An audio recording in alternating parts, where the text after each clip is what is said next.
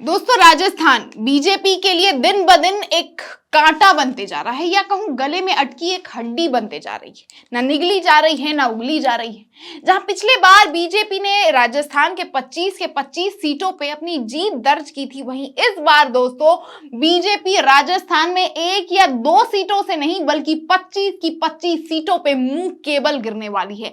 सारी सीटें हाथ से फिसलती दिख रही है।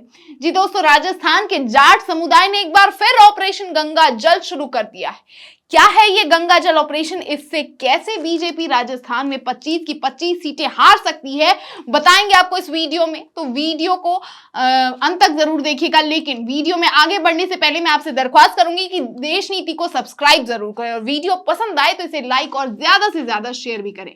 हेलो, नमस्कार, सलाम, सत श्री अकाल, स्वागत है आपका देश नीति में।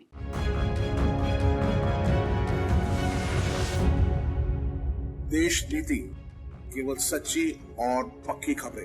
राजस्थान के एक महत्वपूर्ण जनता दल ने आगामी चुनाव में बीजेपी को हराने के लिए ऑपरेशन गंगा जल शुरू करने का निर्णय ले लिया है। दोस्तों, भारतीय राजनीति में आरक्षण आंदोलन हमेशा से सबसे विवादास्पद मुद्दों में से एक रहा है। अनिवार्य रूप से आरक्षण के दावों को लेकर होने वाले आंदोलन अक्सर चुनावी नतीजों को आकार देने में महत्वपूर्ण भूमिका निभाते हैं।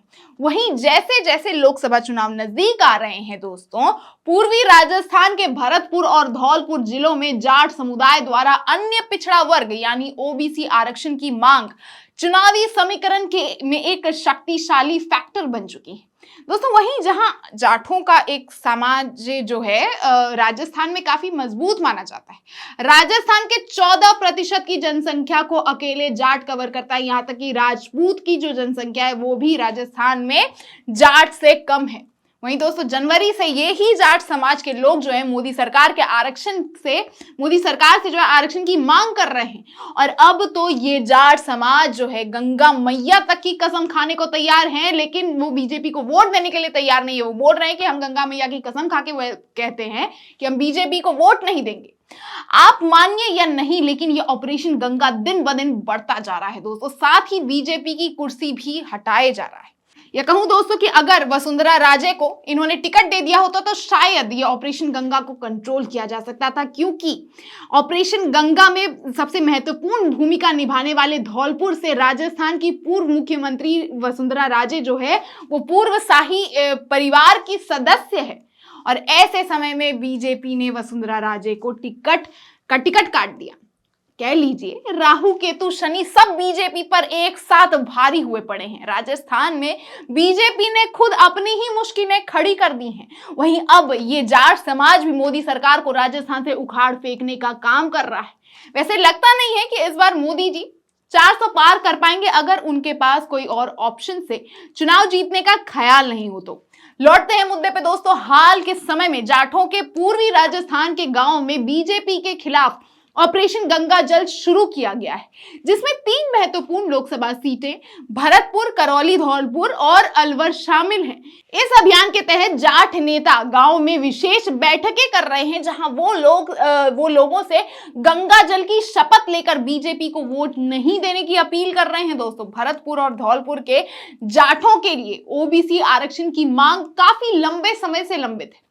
भले ही जाटों को 1999 में ओबीसी का दर्जा जो है वो मिल गया था, लेकिन इन दोनों जिलों में समुदाय को यह तर्क देकर कोटा लाभ से वंचित कर दिया गया कि वो इन क्षेत्रों में बहुत पहले से शासक थे और इसलिए उन्हें इसका फायदा नहीं मिल सकता। ओबीसी आरक्षण के लिए इस इनकार को देखते हुए भरतपुर और धौलपुर के बड़े पैमाने पर कृषि प्रधान जो हैं वो जाट समुदाय ने अक्सर ओबीसी श्रेणी में शामिल होने के लिए आंदोलन भी किया है। उनका तर्क है कि उनके सामाजिक आर्थिक पिछड़ेपन को देखते हुए उन्हें ओबीसी कोटा से वंचित करना बहुत बड़ा अन्याय है। हालांकि राज्य स्तर पर ओबीसी आरक्षण जल्द ही मिल गया था, लेकिन दोस्तों जिलों के जो जाट हैं उनको केंद्रीय स्तर पर इससे बाहर रखा गया।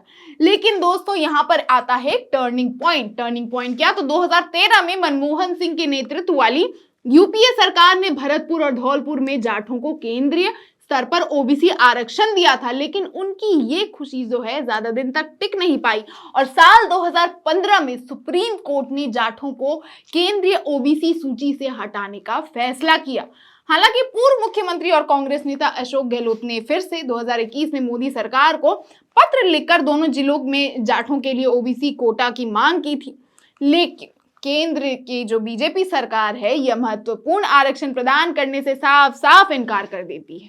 वहीं आप सोचिए कि यूपीए की सरकार ने आरक्षण दे दिया, पूर्व राजस्थान के चीफ मिनिस्टर ने आरक्षण की बात की, लेकिन बीजेपी सरकार इस बात पे तुली हुई है कि वो इन दोनों राज्य में आरक्षण नहीं देगी। वहीं 2023 दिसंबर में राजस्थान में बीजेपी की सत्ता में वापसी के बाद दोस्तों जाट जो है अपनी मांगों को लेकर जनवरी में भरतपुर के एक गांव में भारी विरोध प्रदर्शन करने लग जाते हैं, धरने पर बैठ जाते हैं। लेकिन कुछ हफ्तों के बाद नए मुख्यमंत्री भजनलाल शर्मा जो हैं वो भरतपुर से ही हैं, उनके द्वारा सकारात्मक कार्यवाही के आश्वासन के बाद जाटों ने धरना जो है वो खत्म कर दिया।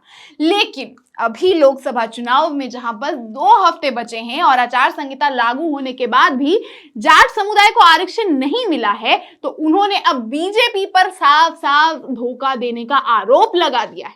दोस्तों सभा ने आगामी चुनाव में बीजेपी को हराने के लिए ऑपरेशन गंगाजल शुरू करने का निर्णय लिया है। बता दूं दोस्तों कि भगवा ब्रिगेड पर जाटों को धोखा देने का आरोप लगाते हुए भरतपुर की सभी 8 विधानसभा सीटों के प्रतिनिधियों के साथ साथ अन्य जातियों के नेताओं ने इस बैठक में न केवल भरतपुर बल्कि करौली और धौलपुर और अलवर लोकसभा सीटों पर बीजेपी को कमजोर करने के लिए अपने अभियान का विस्तार करने का निर्णय ले लिया है। सोचिए दोस्तों, राहुल कसवा ने पहले विरोध का बिगुल फूका, वसुंधरा राजे को टिकट नहीं मिला, अब ये जाट समुदाय के साथ साथ सिटिंग एमएलए भी बीजेपी के विरोध में खड़े हो चुके। ऐसे में दोस्तों आगामी लोकसभा चुनाव में राजस्थान बीजेपी के लिए एक बड़ा हादसा साबित हो सकती है। 1-2 नहीं बल्कि पूरे राजस्थान से बीजेपी को एक आरक्षण के चक्कर में हाथ धोना पड़ सकता है। बाकी दोस्तों आप अपनी राय हमें इस मुद्दे पे कमेंट करके जरूर बताएं और देश नीति को सब्सक्राइब करें, फेसबुक और इंस्टाग्राम पे फॉलो करें, ज्यादा से ज्यादा वीडियो को शेयर करें, हमें यूट्यूब पे थैंक्स ऑप्शन के माध्यम से सपोर्ट करें और ऐसी तमाम खबरों को देखने के लिए देश नीति से जुड़े रहें। मिलते हैं अगले वीडियो में, तब तक के लिए देखते रहिए देश नीति। धन्यवाद।